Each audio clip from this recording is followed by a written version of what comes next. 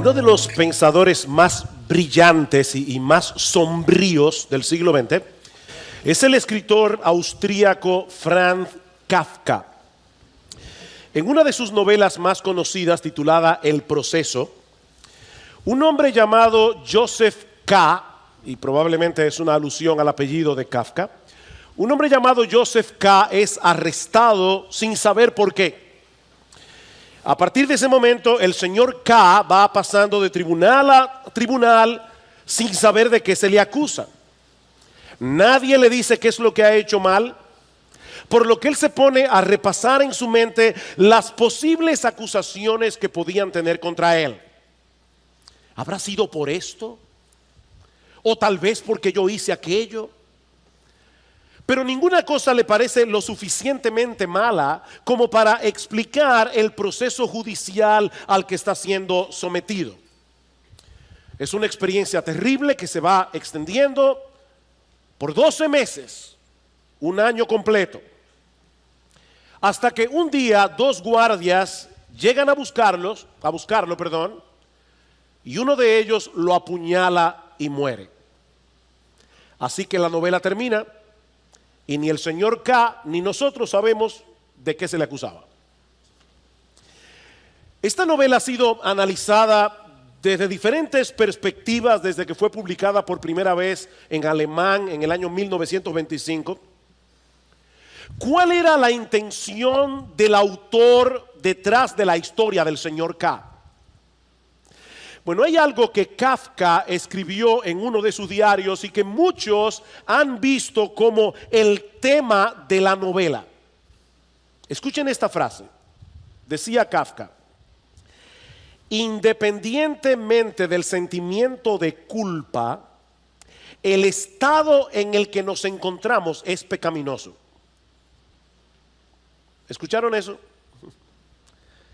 Sea que tú tengas o no sentido de culpa, dice Kafka, la realidad es que nosotros estamos de alguna forma en un estado pecaminoso. En otras palabras, vivimos en un mundo en el que muchas personas dicen no creer en el pecado. Vivimos en un mundo en el que muchas personas niegan la realidad del juicio final al que todos compareceremos según las Escrituras en el tribunal de Dios.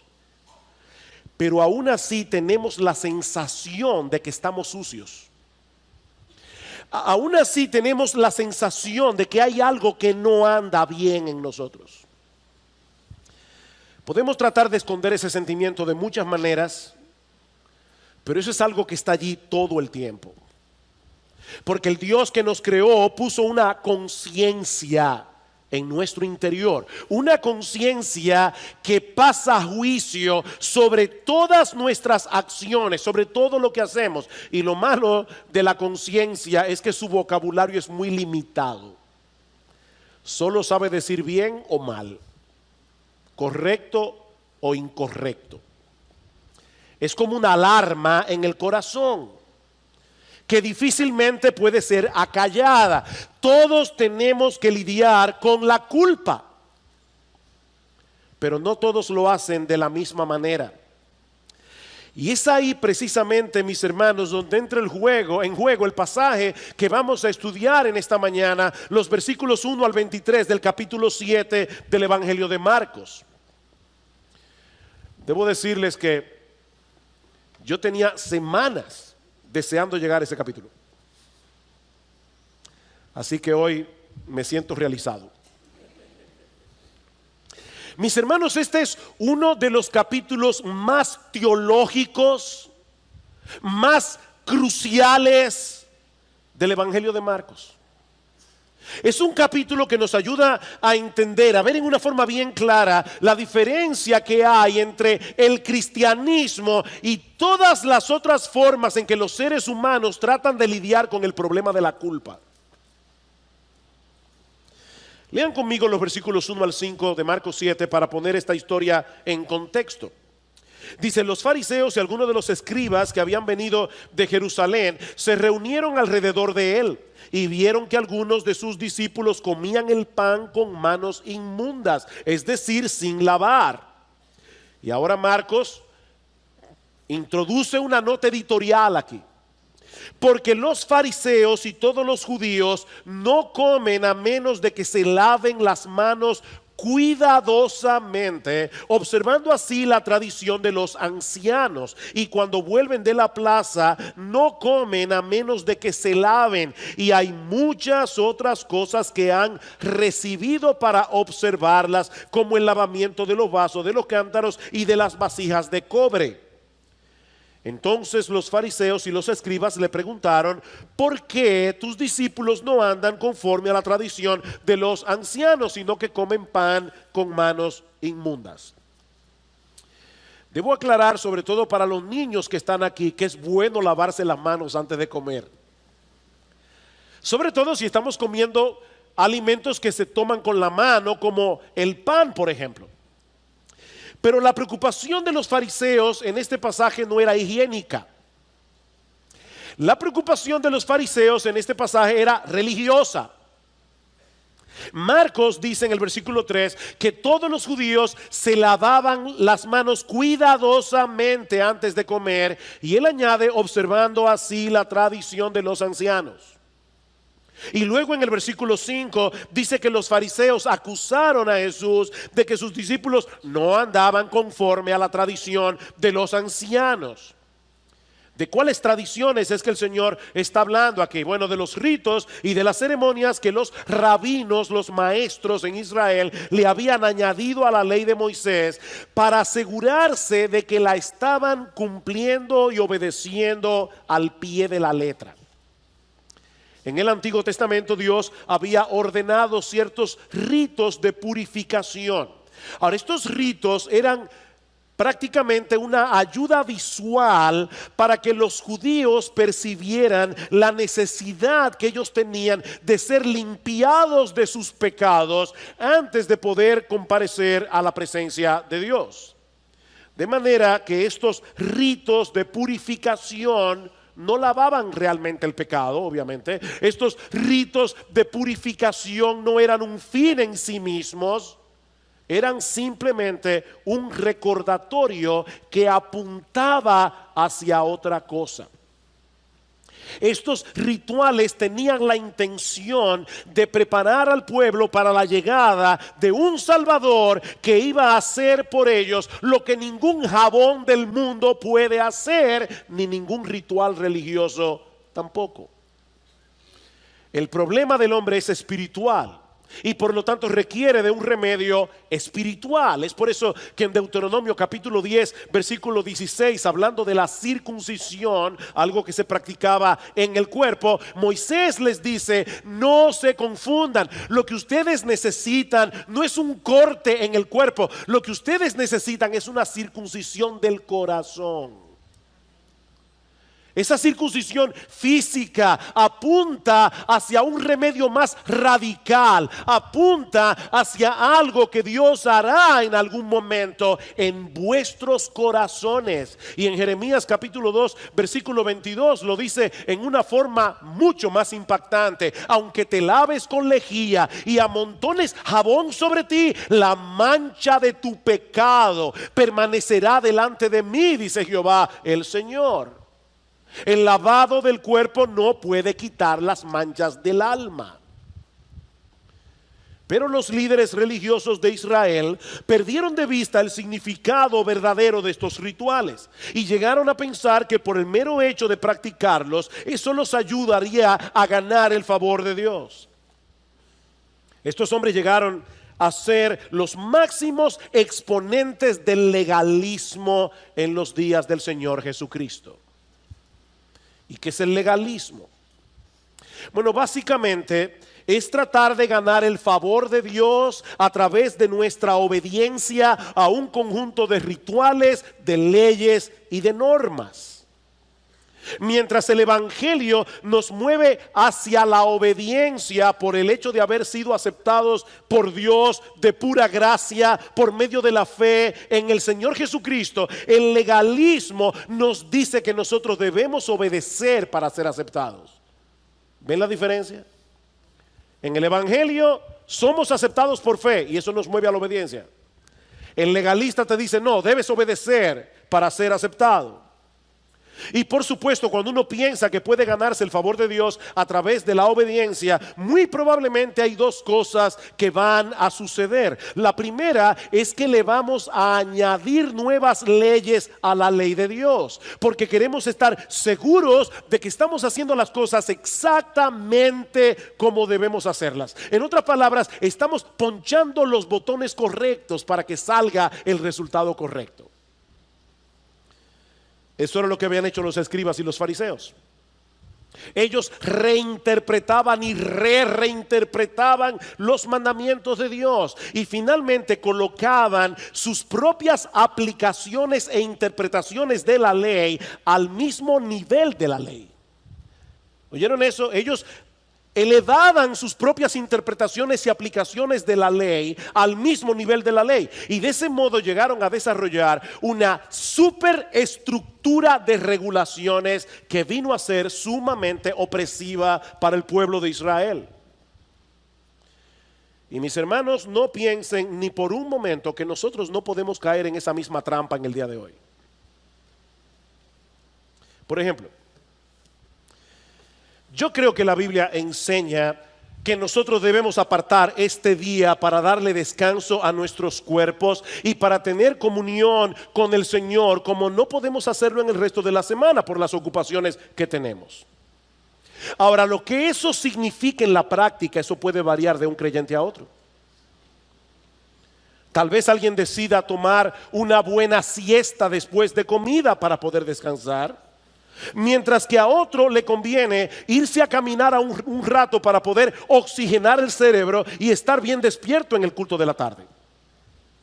Y todavía existe la posibilidad de que algún creyente prefiera no dormir siesta ni irse a caminar, sino quedarse en su casa leyendo la Biblia o leyendo un libro que le sea de edificación. Ahora, imagínense qué sucedería si cada uno de ellos, sobre todo el tercero, el que decide no dormir siesta ni salir a caminar, convierte su práctica en una regla universal que todo creyente debe seguir, si de veras quiere hacer un buen uso del día del Señor.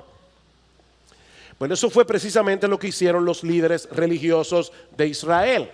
Y terminaron destruyendo el propósito por el cual Dios instituyó este día. Porque en vez de ser un tiempo deleitoso en la presencia del Señor, los fariseos lo convirtieron en una carga muy difícil de sobrellevar.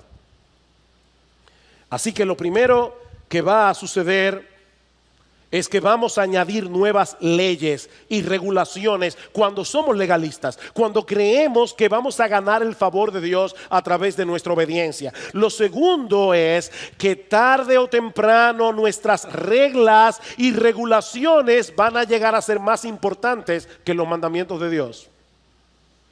Lo segundo que va a suceder es que esas reglas y regulaciones humanas van a llegar a ser más importantes que los mandamientos de Dios revelados en su palabra. Esa es básicamente la acusación que el Señor le hace a los fariseos aquí.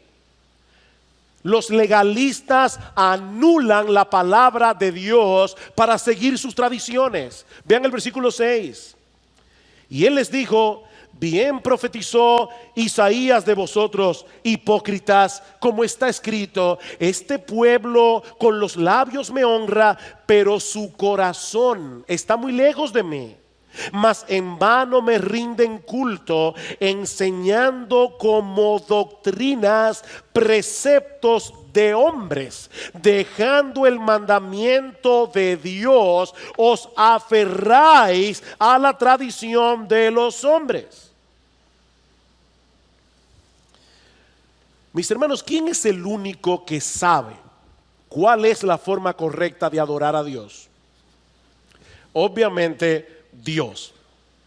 De manera que cuando ponemos a un lado su palabra para seguir tradiciones humanas, lo estamos adorando en vano, porque no lo estamos haciendo de corazón. ¿Y qué conexión hay entre una cosa y la otra? ¿Qué conexión hay entre las tradiciones humanas y el corazón? ¿Por qué adorar a Dios según las tradiciones humanas nos hace ser hipócritas? Es una hipocresía, dice el Señor, porque ellos profesaban ser seguidores de Dios, pero en realidad eran seguidores de los hombres. ¿Ven el problema? Ellos decían ser seguidores de Dios, pero la revelación de Dios está en su palabra. Ellos eran seguidores de los hombres. Ellos cumplían fielmente con la tradición de los ancianos, pero ¿qué de la devoción del corazón? Miren, mis hermanos, es más fácil lavarse bien las manos antes de comer que adorar a Dios con un corazón que en verdad se deleita en Él y que no descansa ni se deleita en nada más. Es mucho más fácil lavarse las manos. Estos hombres estaban más preocupados por sus rituales externos que por la realidad de un corazón que anhela estar más cerca de Dios. De nuevo, permítanme ponerles otro ejemplo práctico, porque yo tengo el temor de que algunos vean ese pasaje y digan, bueno, ya nosotros no tenemos problema con eso, esos rituales se acabaron. No, la razón por la que el Espíritu Santo inspiró a Marcos a escribir un capítulo tan extenso acerca de ese tema es porque tú y yo tenemos que luchar con el legalismo todo el tiempo. Déjenme ponerles un ejemplo. Todo creyente debe apartar un tiempo cada día para estar a solas en comunión con el Señor, orando y leyendo su palabra. Todo creyente debe hacer eso. Todo creyente debe venir a la iglesia cada domingo para adorar a Dios junto a su pueblo y ser edificado por medio de las Escrituras. Todo creyente debe hacer eso. Pero escúchame bien, si tú estás haciendo todo eso como un ritual externo, creyendo que por el mero hecho de hacerlo te vas a ganar el favor de Dios, tú estás haciendo lo correcto por una motivación incorrecta. Y eso no le va a hacer ningún bien a tu alma. La razón por la que debemos congregarnos los domingos con el pueblo de Dios es porque es en medio de esta reunión donde Dios ha prometido manifestar su presencia especial. Y nosotros como creyentes queremos estar donde Dios está. Esa es la razón. Mirad cuán bueno y cuán deleitoso es habitar los hermanos juntos en armonía. ¿Por qué? Porque allí envía Jehová bendición y vida eterna. Allí, en la reunión del pueblo de Dios. Nosotros queremos estar aquí porque queremos a Dios. Sí, debemos apartar un tiempo cada día para leer la Biblia y orar. ¿Por qué? Porque Dios nos habla a través de su palabra y nosotros derramamos nuestros corazones delante de Él por medio de la oración. Nosotros queremos a Dios, queremos tener comunión con Dios. Pero el legalista se conforma con el cumplimiento externo del deber, sin darse cuenta de que su supuesta adoración no sirve de nada, porque su corazón está lejos de Dios. Lo que él hace externamente no es congruente con la realidad de lo que está sucediendo en su interior. Mis hermanos, escuchen esto. El corazón es el centro de la adoración.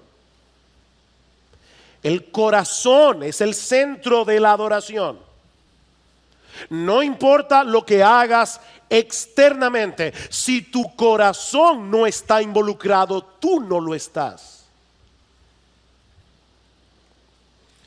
La verdadera adoración fluye de un corazón que se deleita en Dios, fluye de un corazón que se mantiene en pie de guerra contra todos los ídolos que intentan ocupar ese trono. Pero la hipocresía de estos hombres no se quedaba ahí. Cuando nuestra obediencia a ciertas reglas no es más que un mecanismo para tratar de obligar a Dios a bendecirnos, vamos a terminar anulando los mandamientos de Dios por esas reglas, como decíamos hace un momento. Miren el ejemplo que pone el Señor en los versículos 9 al 13. También les decía: astutamente violáis el mandamiento de Dios para guardar vuestra tradición, porque Moisés dijo: honra a tu padre y a tu madre, y el que hable mal de su padre o de su madre, que muera. Pero vosotros decís: si un hombre dice al padre o a la madre, cualquier cosa mía con que pudieras beneficiarte es corbán, es decir, ofrenda a Dios, ya no le dejáis hacer nada en favor de su padre o de su madre, invalidando así la palabra de Dios por vuestra tradición, la cual habéis transmitido, y hacéis muchas cosas semejantes a estas. La ley de Dios establece claramente que los hijos deben honrar a sus padres. Y eso incluye el hecho de cuidar de ellos cuando ya no puedan cuidarse por ellos mismos. Este mandamiento era tan importante que en el Antiguo Testamento, si un hijo maldecía a su padre o a su madre o intencionalmente les hacía daño, a ese hijo, según la ley mosaica, debía aplicársele la pena capital. Así de serio era esto. Pero los fariseos encontraron un subterfugio teológico para no tener que obedecer el quinto mandamiento. Si un hijo decía que aquello con lo que él hubiera podido ayudar a sus padres era corbán, y esta es una palabra hebrea que significa dedicado a Dios, todo esto que yo tengo, con lo cual yo hubiera podido ayudarte, yo lo he dedicado a Dios, él ya no tenía que hacer nada por sus padres. Ahora, miren dónde estaba el truco, porque hay un truco aquí. La regla del corbán decía que si una persona dedicaba algo a Dios, él podía seguir usándolo a lo largo de su vida, pero no podía dárselo a nadie más. Cuando la persona moría, esos bienes que habían sido dedicados a Dios eran llevados al templo. Así que los hijos, mientras tanto, se libraban de la responsabilidad de tener que cuidar a sus padres bajo el alegato de que ellos habían dedicado todos esos bienes a Dios. Y Cristo dice, y este es un solo ejemplo, ustedes hacen muchas cosas como esas. ¿Qué hipocresía la de estos hombres? Ellos escondían su desobediencia a los mandamientos de Dios en un manto de devoción. Ay, papi, mami, qué pena. Todo esto que tengo está dedicado a Dios. Es corbán. Lo lamento mucho, que Dios te bendiga.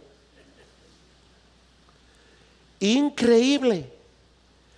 Mis hermanos, esa es una de las ironías del legalismo, que añadiendo reglas a la ley de Dios, termina restándole mandamientos a la ley de Dios. ¿Oyeron eso? El legalista, añadiendo reglas a la ley de Dios, termina restándole mandamientos a la ley de Dios, porque el legalismo lleva al hombre a descuidar lo que realmente es importante para Dios, por estar más preocupado por lo que es más importante para los hombres. Y noten la secuencia que Marcos nos presenta en este pasaje, porque hay una progresión aquí de decadencia en este pasaje. En el versículo 7 dice que ellos enseñan mandamientos de hombres en vez de enseñar las escrituras. En el versículo 8 dice que ellos dejan el mandamiento de Dios para aferrarse a la tradición. En el versículo 9 dice que violan el mandamiento de Dios. Y en el versículo 13 dice que invalidan o cancelan la palabra de Dios. Mis hermanos, el legalismo es algo serio, porque es imposible aferrarse a las escrituras teniendo al mismo tiempo un corazón legalista. Esas dos cosas se oponen entre sí. Yo no sé cuántas veces yo me he topado con este caso en los casi 39 años que tengo siendo creyente. Le compartimos el evangelio a una persona incrédula, pero esa persona no está dispuesta siquiera a escuchar, simplemente porque el evangelio de la gracia es contrario a lo que les enseñaron sus padres o sus abuelos. ¿Han tenido esa experiencia? La tradición de los padres y de los abuelos pesa más que la palabra de Dios. Y lo mismo puede ocurrir adentro de la iglesia. Lo mismo. Hay personas que profesan la fe, pero tienen nociones distorsionadas del evangelio. Y cuando uno trata de corregirlos, mostrándoles las escrituras, ellos cierran por completo sus oídos porque sus tradiciones son más importantes que la palabra de Dios. Mis hermanos, nadie, absolutamente nadie, puede honrar verdaderamente a Dios sin honrar las escrituras. Nadie. Dice en Isaías capítulo 66, versículo 2, que Dios pone sus ojos sobre quiénes. Sobre quiénes Dios está atento y pone sus ojos.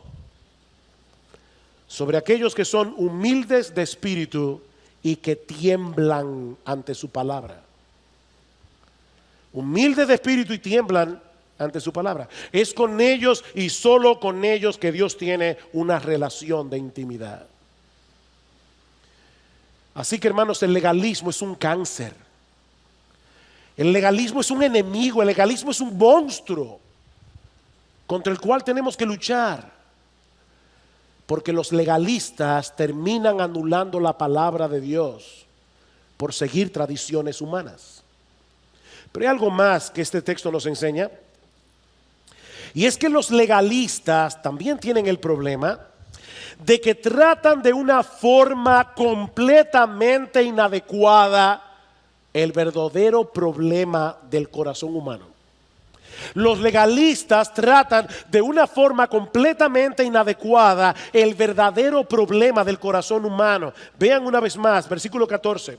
Marcos capítulo 7, y llamando de nuevo a la multitud, les decía: escuchadme todos y entended. No hay nada fuera del hombre que al entrar en él pueda contaminarlo, sino que lo que sale de adentro del hombre es lo que contamina al hombre. Si alguno tiene oídos para oír, que oiga. Y cuando dejó a la multitud y entró en la casa, sus discípulos le preguntaron acerca de la parábola. Y él les dijo: ¿también vosotros sois tan faltos de entendimiento? ¿No comprendéis que todo lo que de fuera entra al hombre no le puede contaminar? Porque no entra en su corazón, sino en el estómago, y se elimina, declarando así limpios todos los alimentos. Y decía: lo que sale del hombre, eso es lo que contamina al hombre, porque de adentro del corazón de los hombres salen los malos pensamientos, las fornicaciones, los robos, los homicidios, los adulterios, las avaricias, las maldades, los engaños, la sensualidad, la envidia, la calumnia, el orgullo y la insensatez. Todas estas maldades de adentro salen y contaminan al hombre. Miren, mis hermanos, este es uno de los pasajes más neurálgicos del Evangelio de Marcos. Lo que el Señor está diciendo aquí no solamente es importante para entender, como decíamos al principio, la gran diferencia que hay entre el cristianismo y cualquier otra religión. Esto también es importante para entender por qué el mundo está como está. ¿Por qué el mundo está como está? La mayoría de las personas se da cuenta de que algo anda mal en nuestra sociedad. Pero muchos le atribuyen el problema a las estructuras sociales o a la falta de educación. Necesitamos urgentemente un cambio de sistema para que el mundo funcione como debe funcionar. No, dice el Señor. No. Eso no sirve. Porque el problema no está en el sistema. El problema está en el corazón humano. Por supuesto, un sistema político puede ser mejor que otro. Eso es una realidad. Tener una buena educación es mejor que no tenerla. Pero todos nosotros tenemos un problema interno que ningún sistema político ni la mejor educación del mundo ni ninguna práctica religiosa puede resolver. Lo que el Señor Jesucristo nos está diciendo en este pasaje es que lo que anda mal en la sociedad somos tú y yo. Lo que Él está diciendo aquí, mis amados hermanos y amigos que están aquí en esta mañana, es que nosotros somos el problema. Vean el versículo 15. No hay nada fuera del hombre que al entrar en él pueda contaminarlo, sino que lo que sale de adentro del hombre es lo que contamina al hombre. ¿Escuchaste eso? Lo que te contamina, lo que te hace daño, no es primariamente algo que está externo a ti, es algo que está dentro de ti. Y yo aclaro que eso no quiere decir que no debamos cuidarnos de las cosas externas que puedan llevarnos a pecar. Jesús no está diciendo eso, porque Él mismo dijo en otra ocasión que si tu ojo te es ocasión de caer, debes sacártelo. Y obviamente Él no se está refiriendo a que te quedes literalmente tuerto.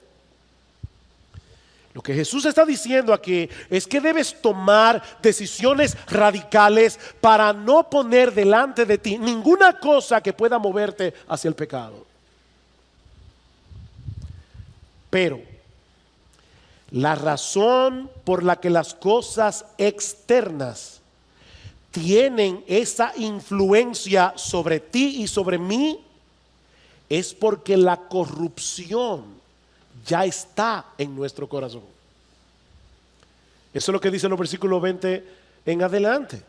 Lo que sale del hombre, eso es lo que contamina al hombre, porque es de adentro del corazón de los hombres que salen los malos pensamientos, las fornicaciones, etcétera. Etcétera. Mira, escúchame bien. Tu problema no es ese jefe que te hace la vida tan difícil.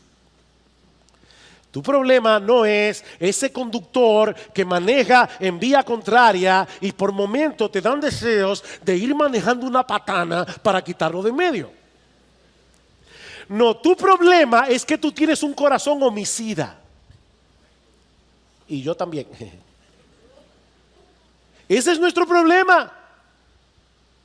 No es la pornografía en internet lo que te hace ver lo que tú no debes ver, sino la lujuria de tu corazón. La pornografía te seduce porque ya tú tienes un corazón impregnado de lascivia. La razón por la que te gusta chismear es porque tienes un corazón orgulloso y cruel, que disfruta publicando las faltas de los demás para luego construir un pedestal sobre los escombros de su reputación en el cual tú puedas levantarte a ti mismo.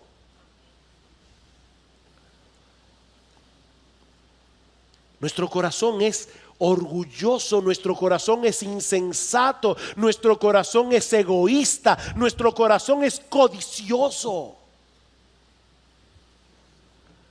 Nuestro corazón es envidioso. Y ningún ritual, ni ninguna ceremonia religiosa puede resolver ese problema. Más engañoso que todo es el corazón. Jeremías 17:9. Y sin remedio, dice el texto. O como dice otra versión, extremadamente perverso. Y en otro lugar leí que se podía traducir desesperadamente enfermo. Es por eso que el legalismo no funciona. El legalismo no funciona, porque las reglas pueden modificar la conducta hasta cierto punto, pero no pueden de ninguna manera purificar el corazón. Recuerda, aunque te laves con lejía y amontones jabón sobre ti, la mancha de tu pecado permanecerá delante de mí, dice el Señor. Yo he titulado este mensaje El corazón del problema. ¿Saben cuál es el corazón del problema? El problema del corazón. El corazón del problema es el problema del corazón. Pero hay algo más en este texto. Y esta es, mis hermanos, la parte central de este mensaje. Lo peor que tiene el legalista es que no descansa por fe en el único que puede resolver el problema del corazón. Nuestro gran Dios y Salvador Jesucristo. Miren una vez más los versículos 18 y 19. Y Él les dijo: ¿también vosotros sois tan faltos de entendimiento? ¿No comprendéis que todo lo que de afuera entra al hombre no le puede contaminar, porque no entra en su corazón sino en el estómago y se elimina? Eso no mancha el alma. La comida no mancha el alma. Te puede dar una indigestión o te puede subir el colesterol, pero no daña el alma. La glotonería sí, pero la comida no. Se elimina, dice el Señor. Pero entonces Marcos añade un comentario editorial, entre paréntesis en nuestras versiones, declarando así todos los alimentos. Mis hermanos, ese comentario es importante, muy importante. En el Antiguo Testamento habían leyes dietéticas que regulaban lo que un judío podía comer. En ese sentido, habían alimentos limpios y alimentos que no lo eran. Pero ahora Marcos nos dice que Jesús declaró limpios todos los alimentos. ¿Cómo puede el Señor, que respetaba tanto la ley, ahora parecer que está eliminando mandamientos de la ley? El texto no dice cuándo fue que entró en vigor esta nueva regulación. Simplemente dice que el Señor Jesús hizo algo que hizo limpios todos los alimentos. ¿Cómo fue que Jesús lo hizo? Colosenses capítulo 2, versículo 17 nos da la respuesta. Pablo dice allí que todas esas regulaciones dietéticas no eran más que una sombra que apuntaba hacia Jesús. Como decíamos anteriormente, todas esas leyes del Antiguo Testamento que tenían que ver con la limpieza ceremonial tenían la intención de mostrarle al judío la necesidad que él tenía de purificar su corazón para poder estar en la presencia de Dios. La razón por la que Cristo declaró limpios todos los alimentos es porque todas esas leyes ya cumplieron su cometido. Su única razón de ser era preparar al pueblo de Dios para la llegada de aquel Salvador que iba a proveerles la verdadera purificación del corazón. Así que cuando el legalista sigue esforzándose por alcanzar el favor de Dios a través de un conjunto de reglas externas, lo que él está haciendo en realidad es rechazando el único medio que Dios ha provisto para acercarnos a Él y bendecirnos, nuestro gran Dios y Salvador Jesucristo.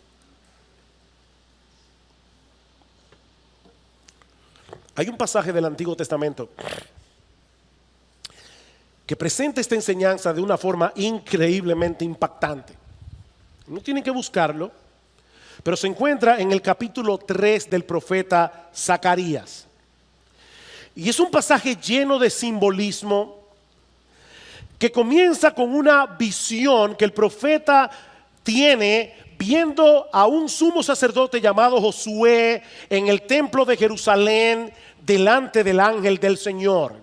Yo le pido al Señor, de verdad, le oraba esta mañana, yo espero que ustedes sientan el impacto de este texto profundamente, porque es un pasaje impresionante. Ahí está Josué, el sumo sacerdote, en el templo de Jerusalén. El templo de Jerusalén tenía tres partes: un patio exterior, un patio interior y el lugar santísimo, donde solo entraba el sumo sacerdote una vez al año en el día de la expiación, o como los judíos le llaman, el día del Yom Kippur. La preparación para ese día era sumamente meticulosa. Una semana antes, el sumo sacerdote se aislaba de todo el mundo para que no tocara nada inmundo antes de entrar en el lugar santísimo, ni siquiera por accidente. La noche antes, él se quedaba sin dormir, orando y leyendo las escrituras.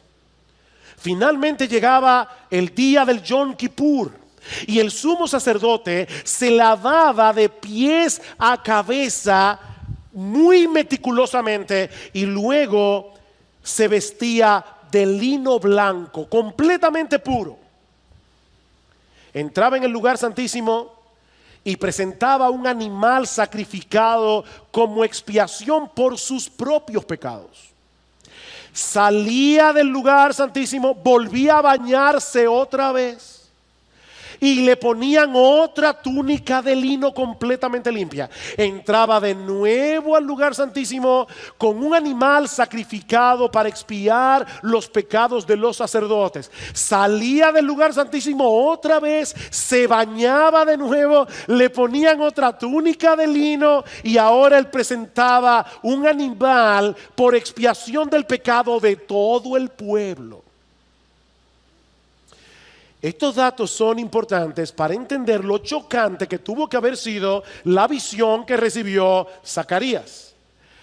Porque él vio a Josué en el día de la expiación vestido de ropas viles, dice en el versículo 3. Literalmente lo que dice el texto hebreo es que Josué tenía una ropa salpicada de estiércol. Eso es lo que dice el texto. O sea, de pies a cabeza, Josué estaba completamente contaminado. Él no podía entrar en la presencia de Dios con una ropa bañada en estiércol. Un erudito del Antiguo Testamento llamado Ray Dillard, él nos dice que todo eso no era más que una representación de cuál es nuestra verdadera condición delante de Dios. No hay manera de que nosotros podamos encontrar purificación por nosotros mismos. Pero ahora escuchen lo más sorprendente de este pasaje. Oh, que el Señor bendiga su palabra. Dice en el versículo 4 que el ángel del Señor ordenó a los que estaban delante del sumo sacerdote que le quitaran esas vestiduras contaminadas. Y entonces le dice a Josué: mira, he quitado tu iniquidad y te vestiré de ropas de gala. Versículo 8 y 9 explica: pues he aquí, yo voy a traer a mi siervo el renuevo y quitaré la iniquidad de esta tierra en un solo día. Wow, y hermanos, traten de ponerse en el lugar de Zacarías escuchando esto. Durante siglos el pueblo de Israel había estado presentando sacrificios de animales cada día de la expiación, porque esos sacrificios nunca podían purificarnos de una vez por todas.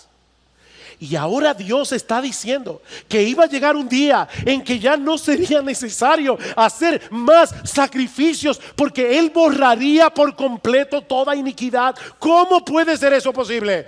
Dice Ray Dillard: siglos más tarde apareció otro Josué.